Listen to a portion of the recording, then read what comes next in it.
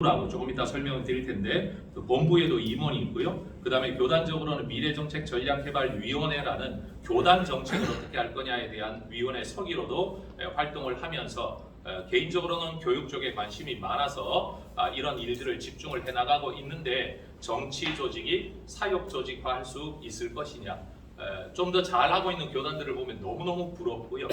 그렇게 되기 위해 설득을 하지만 교단 조직이 쉽게 바뀌지 않는다는 게 좀 어려움인 것 같습니다. 다음 페이지, 이제 저희 교단 이야기를 조금 넘어가 보겠습니다. 다음 페이지, 저희 교단은 교육과 관련해서 교단이 가지고 있는 조직이 7개가 있습니다. 상비부 조직과 속회, 그리고 총회 안에 존재하는 본부의 한 전도국, 그리고 난 뒤에 기관이 2개가 있습니다. 상비부는 사실은 해마다 바뀌는 상비부 임원들과 해마다 바뀌는 상비부 위원들로 인해서 사실은 작년에 했던 행사를 이어가는 정도가 대부분의 교단들이 하고 있는 일이라고 생각을 합니다. 여기에서는 전문성을 가지기가 힘들죠. 1년 임원하면 그 다음은 나가야 되기 때문에 지속성도 기대하기 힘들어서 결국 여기서는 해왔던 행사들을 이어가는 것까지밖에 할 수 없는 게 어느 교단이나 가지고 있는 한계인 것 같습니다. 그런데 그래서 저희 교단에서도 얼마 전에 교육개발원이라는 기구를 만들어서 커리큘럼은 좀 연구하고 지속적으로 만들어야 된다. 전 저기에도 지금 또 참여하고 있습니다. 그래서 어떤 커리큘럼을 만들 때, 그래서 저희가 가장 크게 전환한 것은 전 세대가 같은 본문으로 같은 주제를 각 연령층에 맞는 교재를 가지고 사용하는 것까지 저희들이 지금 걸음을 떼고 교재 개발을 해 나가고 있습니다. 그러면서 다음 세대 목회운동본부라고 해서 이번 회기에 총회장님께서 뭔가 운동성에 있어서 상비부 행사는 너무 일회성이고 단회성이고 반복적인데 운동성이 없다. 그래서 다음 세대 운동본부라는 기관을 아예 설립을 하고 여기에서 지금 새로운 일들을 해나가고 있는데 어떤 이런 기관들의 연합이 필요하다 생각을 합니다. 다음 페이지요.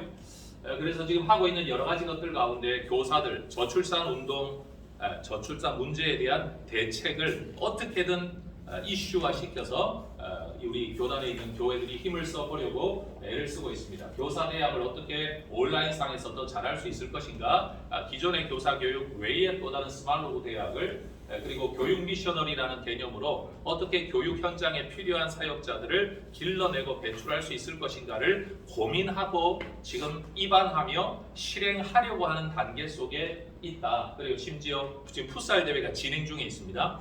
그렇게 해서 어떻게든 젊은 세대, 다음 세대들이 참여할 수 있도록 하는, 얼마 전에 이제 스피치 대회까지 마쳤는데 이런 것들은 저는 노력으로 봐주시면 좋을 것 같습니다. 다음 페이지. 그런 면에서 저희 교단에서는 지금 제가 미래정책전략개발위원회의 입장에서는 저희 교단에 풀어야 될 숙제를 이것이라고 생각을 하는데, 신앙교육을 통합하는 어떤 기구, 기관, 조직, 이걸 총회에서 어떻게 풀어갈지는 모르겠습니다. 그런데 어떻게든 이런 조직이 있어야만 교단의 전체적인 교육 방향성을 바로 잡아갈 수 있다. 우리 이기룡 박사님 같은 분의 자문을 저희들이 앞으로 많이 받아야 되겠죠. 이걸 그렇게 오랫동안 떠드는데도 이게 쉽지가 않습니다. 여기 계신 모든 분들 너무 잘 아시죠? 상비부가 누가 있는데 위에 조직이 생기면 야 이거 옥상호가 아니냐, 우리가 시키는 대로 해야 되냐, 뭐 이런 논의가 시작되기 시작하면 원래대로 그러면 또 사라지고 하는 이런 총회적인 조직 안에서 마땅한 일을 마땅하게 하기가 너무너무 힘든 어려움을 가지고 있지만 풀어나가려고 하는 첫 번째가 신앙교육의 컨트롤 타워가 필요하다. 이걸 지금 계속해서 교단 리더십들과 함께 지금 지속해 나가면서 헌의안을 올리고 또 뭔가를 실현하려고 하고 있습니다. 두 번째 문제는 어떤 뭔가 교재를, 다음 페이지요. 교재를 개발하기는 하는데 리서치를 하고 디벨롭먼트를 해야 되는데 리서치가 약하다라는 점에서 교단적인 R&D 센터가 필요하다. 사실은 이런 기관이 만들어지면 기관 안에 이런 부서를 두면 되는데 어떤 형태로든지 계속 교단 안에 이슈화를 하려고 하다가 보니까 R&D 센터가 필요하다라고 저희들이 제안을 합니다. 세 번째, 교육 예산이 각 상비부는 상비부대로, 기관은 기관대로, 총회 본부는 본부대로 집행이 되다 보니까 사실은 굉장히 어렵습니다. 저희 교단의 그 미래 자립교회, 옛날 미자립교회를 저희 교단은 미래자립교회라고 제가 거기 또 임원으로 있을 때 용어를 그렇게 정하고 미래자립교회를 돕기 위한 일들을 열심히 해왔는데 미래자립교회를 돕기 위한 일들을 하다가 보니까 상비부와 또 충돌이 일어나는 거예요.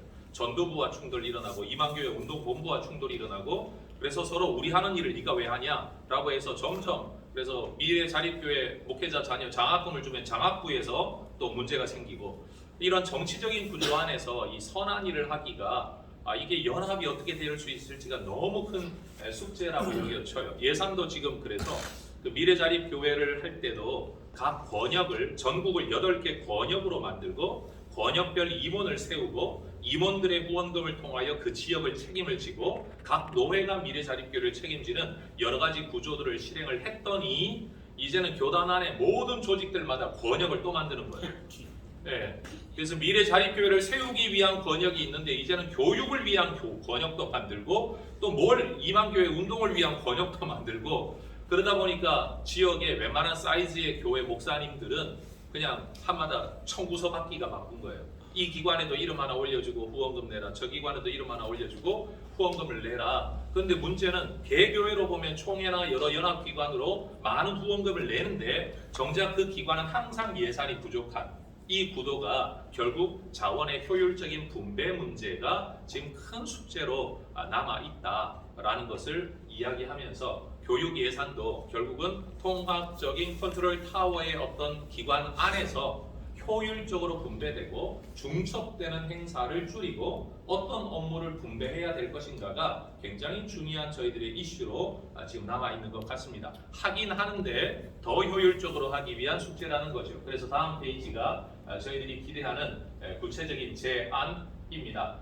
저희들이 여러 가지 면에서 교육 정책을 총회적으로 노회적으로 국가적으로도 우리가 지금 이런 제안들을 하고 이 방향성으로 가려고 하고 있는데 교회 교육사 제도, 저희 교단은 여성 목사 안수가 허용되지 않는 교단이다가 보니까 여성 사역자의 유출이 많아지고 저희 70세 정년 이거 문제가 심각해지는데 정년 연장이 안 이루어지다 보니까 지금 저희 교단에서 이탈률이 엄청 많습니다. 연장이 되는 교단으로 지금 저희들이 뭔가 가치를 지키면서 뭔가를 진행하기가 너무너무 어려운 때인데 어쨌든 교회 교육사 문제는 교육의 문제와 여성 사역자의 문제, 전문가적인 문제 이 세 가지가 다 어우러져서 지금 필요성을 느끼고 있는 분야이고요. 교사 준 사역자라는 것은 각 교회가 이제는 주일학교 사역자를 뽑기가 너무 힘든 여러분이 속해 있는 교단은 어떠신지 모르겠는데 저희 총신만 해도 신학생들이 사역을 안 하는 비율이 너무너무 높아지고 있고요. 심지어 사역하느니 쿠팡 배달한다 이런 말들이 요즘 많이 나오고 있는 현 추세 속에서 이제는 작은 교회, 지역 교회들이 주일학교 사역자를 세우기가 힘들 때 교회 안의 성도들을 준 사역자 개념으로 교단이 교육을 해서 그 사역을 할 수 있도록 세우는 대안적인 어떤 정책이 필요하다라고 저희가 느끼고 있습니다. 그리고 노회가 어떤 면에서 연합 사역이 필요하고 노회의 여러 가지 교육을 컨트롤하는 지금은 주일학교 연합회의 총무 정도의 전도사님들이 행사 정도는 기획하고 있지만 교육 방향성을 논의하고는 못하기 때문에 이 문제도 저희들이 풀어가야 될 숙제로 여기고 있고 대국가적으로도 지금 사립학교법, 교사 임용 문제라든지 이런 것들에 대한 대응을 위해서도 국가적인 교육자문위원회가 만들어져야 되는데 저는 이런 장로교 총연합회 같은 연합기구가 반드시 이런 일들을 행하셔야 될 일이 아닐까라고 생각을 합니다. 여기까지 발표를 마치겠습니다.